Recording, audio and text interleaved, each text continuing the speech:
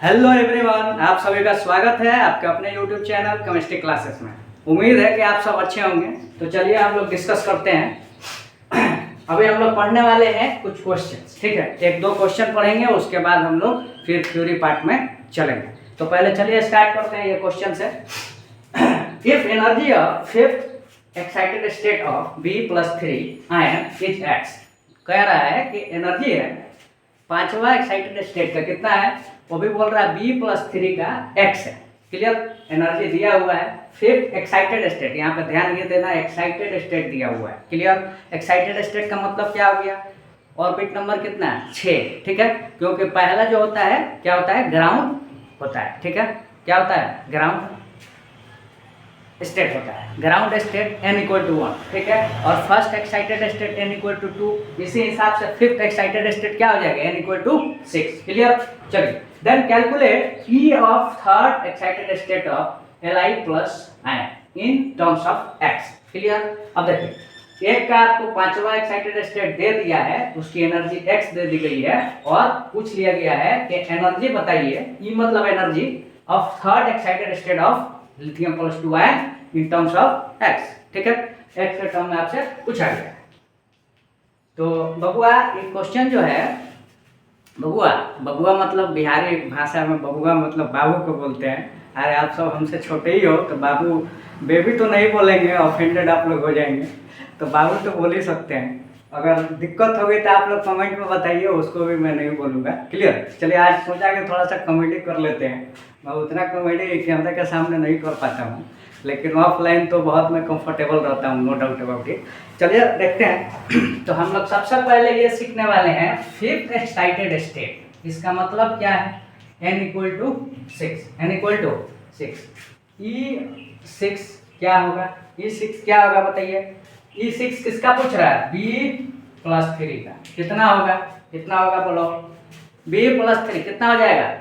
अरे एनर्जी का फॉर्मूला क्या होता है, कुछ कांस्टेंट होता है इंटू, कांस्टेंट क्या होता है -13.6 होता है, इंटू क्या होता है बताओ जल्दी जल्दी, क्या होता है n²/z², सॉरी z²/n²। फिर से मैं यहाँ पे लिख देता हूँ फॉर्मूला, -13.6 इंटू z²/n², किसमें, इलेक्ट्रॉन वोल्ट पर एटम होता है। फिर से सुन लो, ये आपको फॉर्मूला याद रखना पड़ेगा, एनर्जी =-13.6 इंटू z²/n²।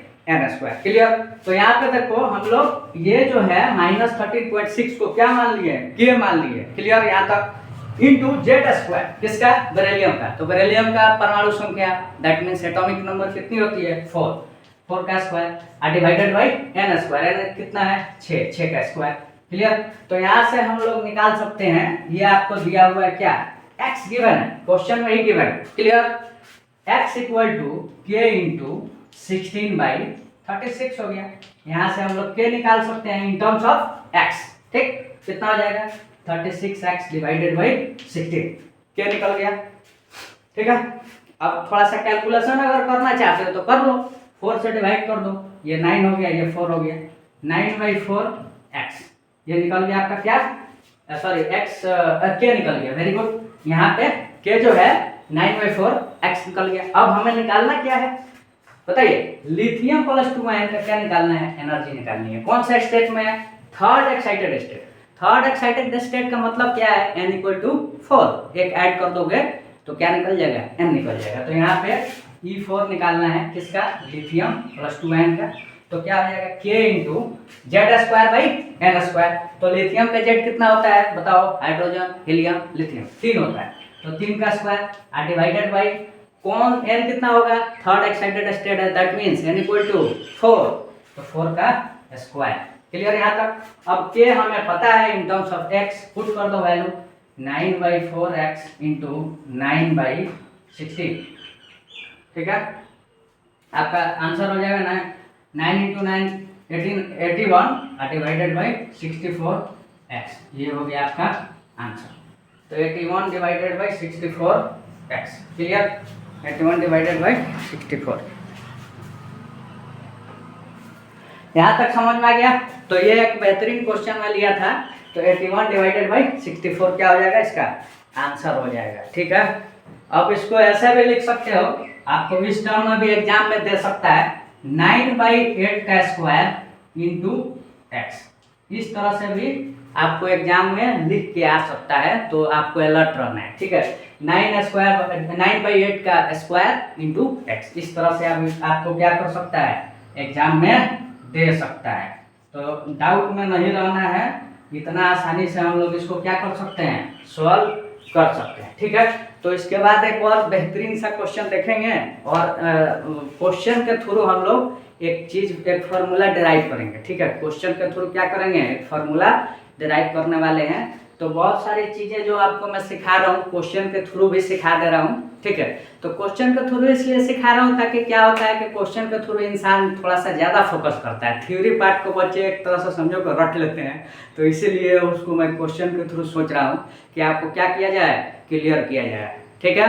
तो आप आगे चलिए देखते हैं, मज़ा आ रहा होगा पढ़ने में। अब से हम लोग फुल एनर्जी दिखाएंगे, थोड़ा सा एनर्जी डाउन हो गया था मेरा, लेकिन अब से हम लोग फाड़ देंगे, चीर देंगे, ठीक है। भोजपुरी में बोलते हैं चीर देना, मतलब समझ ही रहे हो आप लोग, क्योंकि अब मैं सोच रहा हूँ कि कुछ भोजपुरी वर्ड भी अप्लाई किया जाए। मैं तो पकिया बिहारी हूँ, ठीक है ना। पकिया बिहारी का मतलब है मेरी लैंग्वेज भोजपुरी है, तो हम लोग अपनी अगर लैंग्वेज भोजपुरी मिला देंगे मिक्स करके, तो बच्चों को मुझे ऐसा लगता है कि बहुत मज़ा आता है, इंटरेस्टिंग लगता है। तो चलिए देखते हैं, तो एक क्वेश्चन देखते हैं, क्वेश्चन के थ्रू चीज़ें समझते हैं।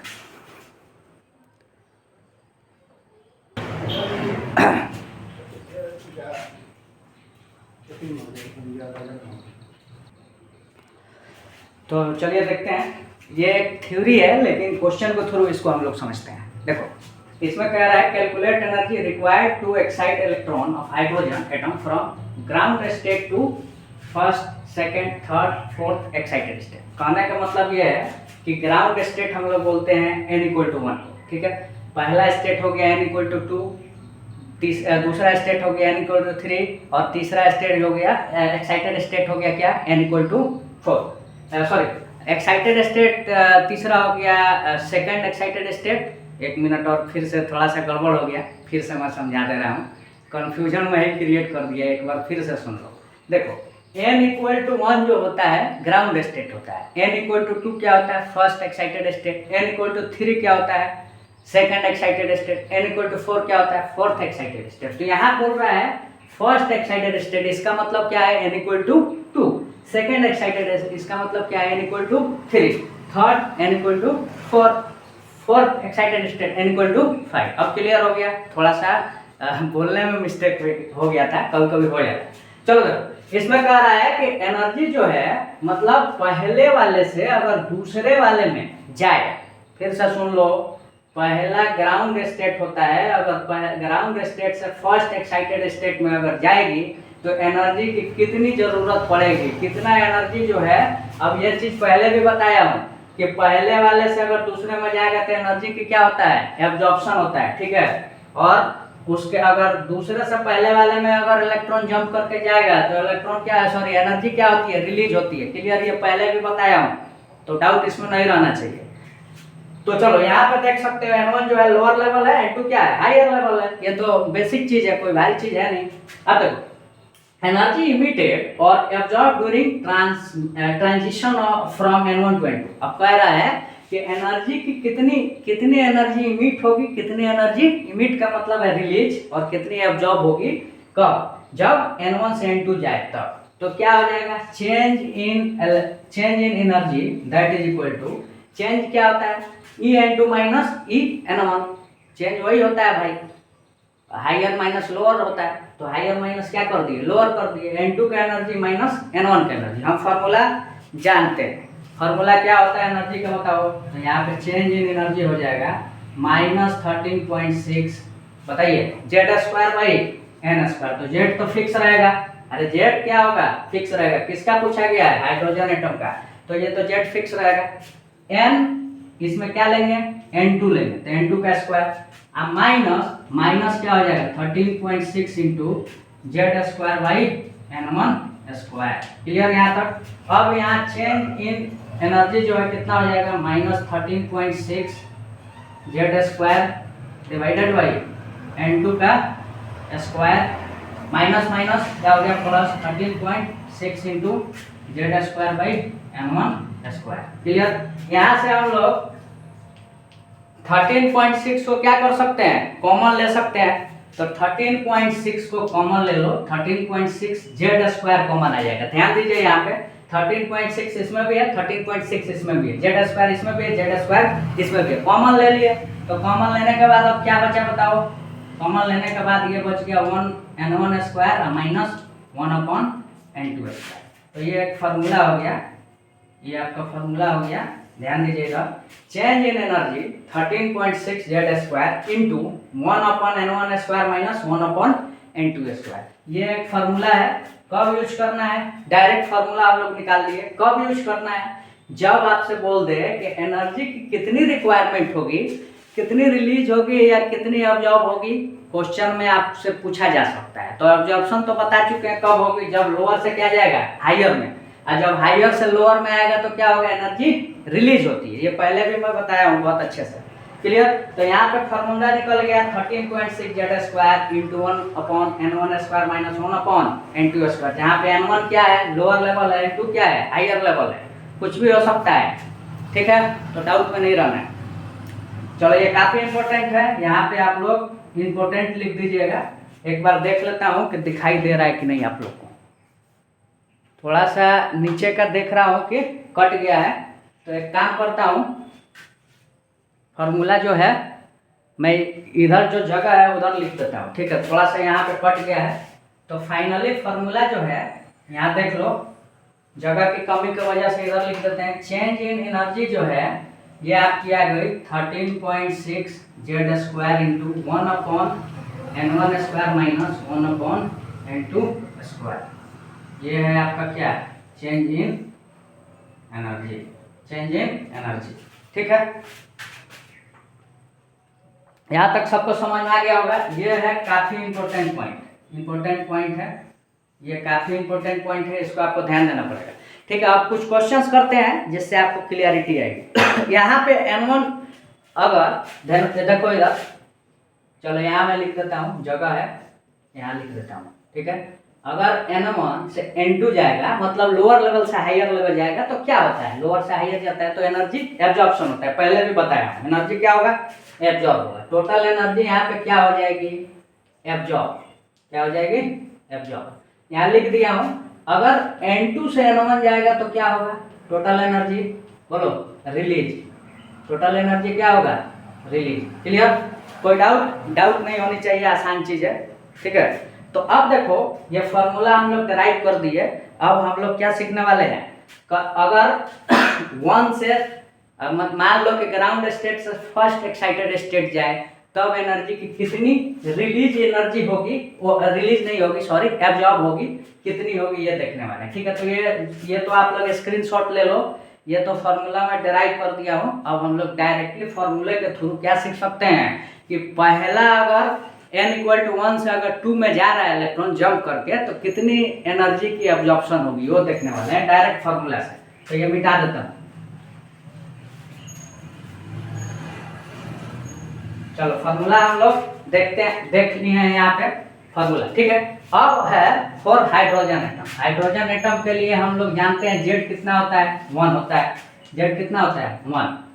अब अगर कह रहा है मान लो कि 1 से 2 पे जा रहा है, मतलब पहले ऑर्बिट से किस में जा रहा है, सेकंड ऑर्बिट में इलेक्ट्रॉन जंप करके जा रहा है, तो एनर्जी की कितनी रिक्वायरमेंट होगी, तो बहुत आसान चीज है, चेंज इन एनर्जी क्या हो जाएगा, फार्मूला हम जानते हैं, कितना होता है बताओ, चेंज इन एनर्जी।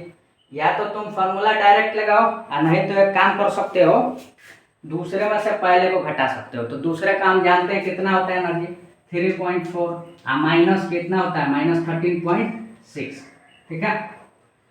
अरे हम लोग जानते हैं ना, दूसरे ऑर्बिट में हाइड्रोजन एटम के लिए एनर्जी कितनी होती है, आपको बोला हूँ याद करना है, -3.4 होता है, और इसमें से क्या कर देना है, घटा देना है किसको, -13.6 को। तो ये क्या कितना आ जाएगा, 10.2 इलेक्ट्रॉन वोल्ट, 10.2 इलेक्ट्रॉन वोल्ट। ये फार्मूला यूज करोगे तब भी इतना ही आएगा। एक बार फार्मूले में आप लोग रख के देख लेना, n1 कितना है, यहाँ पे 1 है, और n2 कितना है, 4 है। तो ये फार्मूला में जब पुट करोगे तो 10.2 इलेक्ट्रॉन वोल्ट आ जाएगा। तो मैं शॉर्टकट भी बता दिया, और थ्रू फार्मूला भी बता दिया। आपकी जिम्मेदारी है फार्मूला से आप लोग सॉल्व कीजिए, ठीक है। अब देखो, अगर आपसे बोल रहा है कि 1 से 3 जंप कर रहा है, 1 से 3, तो चेंज इन एनर्जी कितनी हो जाएगी? 3। तीसरे ऑर्बिट में हाइड्रोजन एटम के लिए एनर्जी कितनी होती है? तो ये मैं आपको बताया हूँ 0.85, 0.85, ये याद रख लेना है। और पहले वाले में अभी बताया -13.6 होता है, तो ये माइनस माइनस प्लस हो गया, 13.6 में से इतना घटा दोगे तो ये आ जाएगा 12.1 इलेक्ट्रॉन वोल्ट।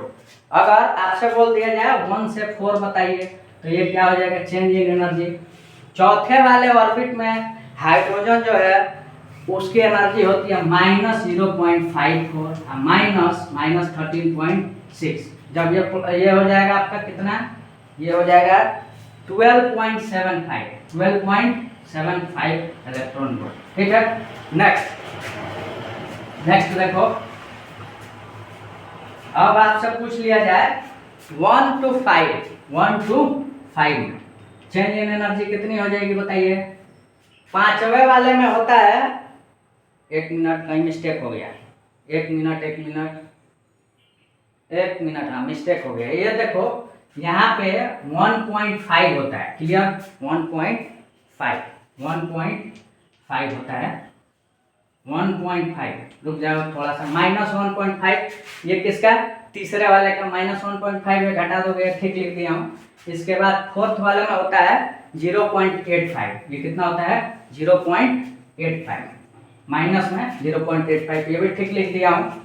चलिए नेक्स्ट आता है पांचवे वाले में, मतलब 5th ऑर्बिट में हाइड्रोजन एटम के लिए एनर्जी जो होती है 0.85 होती है, -13.6। जब घटाओगे तो ये आपका आ जाएगा प्लस में 13.06 आ जाएगा, 06 इलेक्ट्रॉन वोल्ट, ठीक है। बाकी आप लोग फार्मूला यूज कर लेना, क्लियर? जो फार्मूला अभी डिराइव किया था 13.6 × Z² × 1/n1² माइनस 1/n2², ये फार्मूला आप लोग एक बार क्या कीजिएगा, ये पुट करके देखिएगा, जिसमें n1 जो है यहाँ पे 1 है और n2 2 है, फिर n1 1 है, n2 3 है, फिर n1 1 है, n2 4 है, फिर n1 1 n2 5 है। फार्मूला में पुट करोगे तो यही आएगा। दिमाग से भी हम लोग, कॉमन सेंस से भी हम लोग ये निकाल सकते हैं। तो कॉमन सेंस है तो कॉमन सेंस यूज करो, अगर नहीं है तो फार्मूला यूज करो। कुछ बच्चे कॉमन सेंस से कर लेते हैं, कुछ बच्चे नहीं कर पाते हैं। आप लोग अफेक्ट नहीं होइएगा, आपको नहीं बोल रहे हैं, कुछ बच्चे होते हैं, आप उसमें नहीं हैं, क्लियर? तो चलिए अब एक बहुत बेहतरीन क्वेश्चन देखते हैं, फोटोन का वेवलेंथ निकालने वाला। तो चलिए देखते हैं एक बेहतरीन सा क्वेश्चन। देखो, calculate lambda of photon required to excite electron from ground state to first, second, third, fourth excited state. ये एक्साइटेड स्टेट है ESE, क्लियर? तो अब इसमें वेवलेंथ पूछ दिया, तो वेवलेंथ का फार्मूला तो मैं आपको पहले भी बताया। वेवलेंथ का फार्मूला क्या होता है भैया? वेवलेंथ का फार्मूला क्या होता है भैया? ये हम लोग आपको बताए हैं एनर्जी वाले में एक शॉर्टकट, ठीक है। शॉर्टकट आपको मेथड बताया था, change in energy that is equal to क्या हो जाता है? बोलो 1240 डिवाइडेड बाई लैम्डा, किसमें? नैनोमीटर। ये फार्मूला याद होगा आपको, बहुत अच्छे से सिखाया था। और एक और फार्मूला होता है यार, E इक्वल टू क्या होता है? AC/लैम्डा। इसमें माथा हो जाएगा खराब, क्यों? क्योंकि कैलकुलेशन बहुत ज़्यादा टफ होता है। यहाँ पे हम लोग कैलकुलेशन को क्या कर लेंगे? बहुत आसान कर लेंगे। अब इसमें चेंज इन एनर्जी जो है 1 से 2 इक्वल टू क्या हो जाएगा? 1240 डिवाइडेड बाई लैम्डा नैनोमीटर। अब यहाँ पे क्या हो जाएगा? लैम्डा नैनोमीटर में कितना हो जाएगा? 1240 divided by change in energy 1 to 2। अब ये चेंज इन एनर्जी 1 से 2 में अगर पहले ऑर्बिट से दूसरे ऑर्बिट में जा रहा है तो एनर्जी कितनी होगी भैया? कितनी होगी? बोलो, अभी जस्ट निकाले थे, बताओ जल्दी, कितना हो जाएगा? 10.2। अरे बोलो ना यार, 10.2 अभी जस्ट निकाले थे, ठीक है। तो 1240 डिवाइडेड बाई 10.2 कितना हो जाएगा बताइए? जब कैलकुलेशन करोगे तो अप्रोक्सीमेटली आ जाएगा 124 नैनोमीटर। अरे इसको 10 मान लो ना यार, 124 क्या हो जाएगा? अप्रोक्सीमेटली ये अप्रॉक्स वैल्यू है 124 नैनोमीटर, ठीक। अब देखो इसी हिसाब से चेंज इन 1 से 3 कितना हो जाएगा बताओ? 1240 का डिवाइडेड बाई चेंज इन 1 से 3। अभी कुछ देर पहले बताया था 1 से 3 का कितना होता है बताइए, होता है 12.1। 1240 डिवाइडेड बाई 12.1 कितना हो जाएगा बोलो, कैलकुलेशन कर लो जल्दी जल्दी। अप्रोक्सीमेटली ये भी वैल्यू मान लो 100 नैनोमीटर के बराबर। इसी हिसाब से चेंज इन एनर्जी 1 to 4 कितना हो जाएगा 1240 डिवाइडेड बाई 1240। अरे यार एनर्जी नहीं होगा यहाँ पे, ये क्या होगा लेमडा। लेमडा हम लोग लेमडा निकाल रहे हैं ना, लेमडा। लेमडा किसका 1 से 3 का, ठीक है। यहाँ हम लोग लेमडा निकाल लिए किसका 1 से 2 का, तो लेमडा कितना हो जाएगा 100। और यहाँ पे भी लिख दो क्या लेमडा। लेमडा कितना 1 से 4। अरे यार क्या ही हो तुम लोग। अब एनर्जी यहाँ पे कौन सा हो जाएगा ई चेंज इन ई 1 to 4। अभी कुछ देर पहले 1 to 4 का बताया था कितना होता है बोलो 12.75। तो 1240 का डिवाइडेड बाई 12.75 ये अप्रोक्सीमेटली वैल्यू जो आएगी ये आ जाएगी आपकी 99 नैनोमीटर। 99 नैनोमीटर। एक बार देख लेता हूँ दिख रहा है कि नहीं। थोड़ा सा कट गया है, थोड़ा सा कट गया है, तो यहाँ पे देख लो 99 ये जो है आंसर आ जाएगा आपका 99 नैनोमीटर, ठीक है। इसी हिसाब से हम लोग पांचवे का भी निकाल सकते हैं। वैसे पांचवे का पूछा नहीं है, 4 तक ही पूछा है। अगर पांचवा का निकालना चाहते हो तो ये आप लोग कर लेना, ठीक है। बेसिक चीज़ है ये चीज़ भी आपको मैं एक बार बता चुका हूँ कि अगर एनर्जी मैक्सिमम होगी, एनर्जी क्या होगी मैक्सिमम होगी, तो लेमडा क्या होता है बताओ। लेमडा भी न्यू मतलब फ्रिक्वेंसी, ये क्या होता है मैक्सिमम हो जाता है। क्यों? क्योंकि एनर्जी इक्वल टू क्या होता है एच न्यू, और एनर्जी इक्वल टू क्या होता है एच सी अपॉन लेमडा। अगर एनर्जी मैक्सिमम होगी तो फ्रिक्वेंसी भी मैक्सिमम होगी और वेवलेंथ क्या हो जाएगी मिनिमम हो जाएगी। अगर एनर्जी जो है मिनिमम होगा, एनर्जी क्या होगा मिनिमम, तो फ्रिक्वेंसी कितनी हो जाएगी बताइए, ये भी मिनिमम और वेवलेंथ में क्या हो जाएगा मैक्सिमम। क्लियर? यहाँ तक कोई डाउट नहीं होना चाहिए, ठीक है। तो चलिए आगे हम लोग समझते हैं। बाकी तो सब कुछ हो ही गया है यहाँ पे, लगभग आपको बहुत सारी चीज़ें सिखा दिए हैं। अब एनर्जी डायग्राम थोड़ा सा सीख लेते हैं। एनर्जी डायग्राम किसके, energy level diagram for hydrogen atom थोड़ा सा पढ़ेंगे, उसके बाद कल पढ़ लेंगे, ठीक है।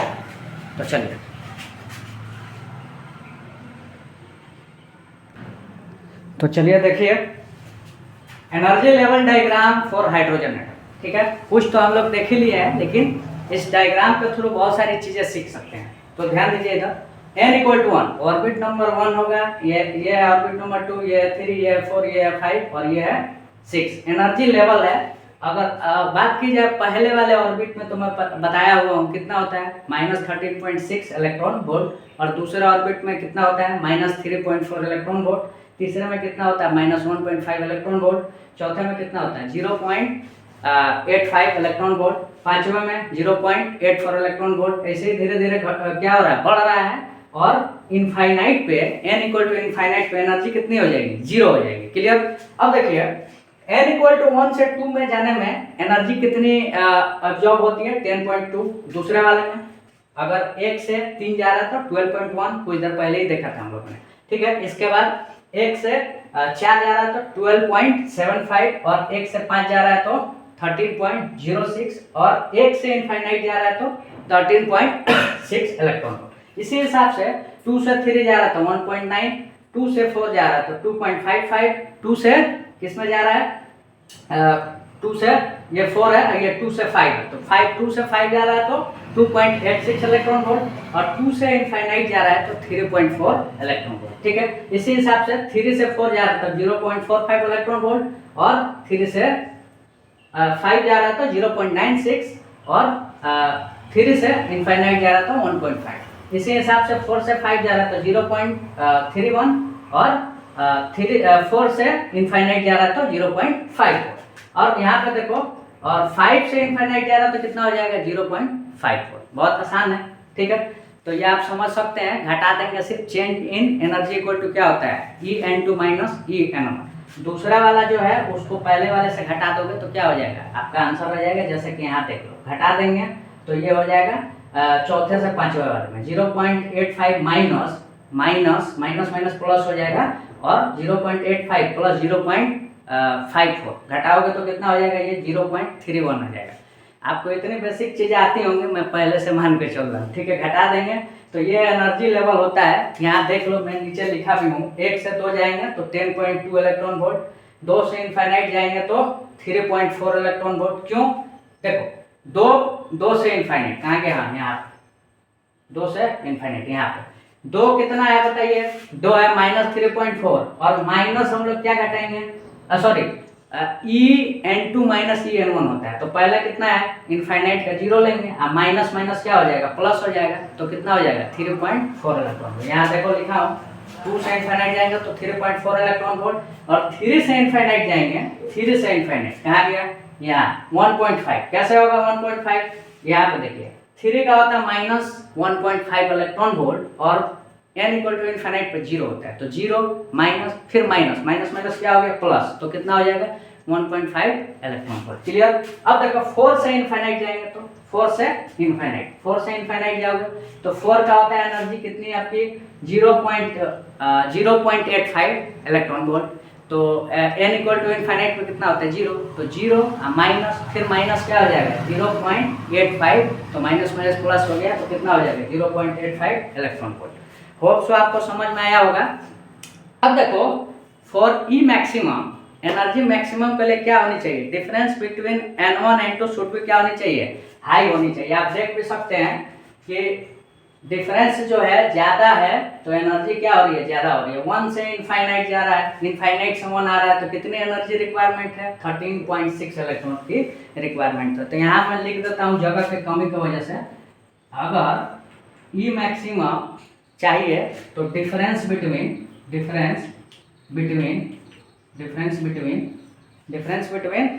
n1 n2 should be high, n1 n2 should be high, क्या होना चाहिए, high.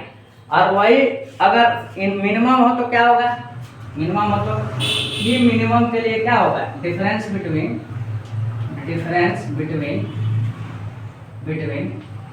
n1 and n2 should be low। तो ये तो बेसिक चीज़ है, इतना तो आपको समझ में आनी चाहिए, ठीक है।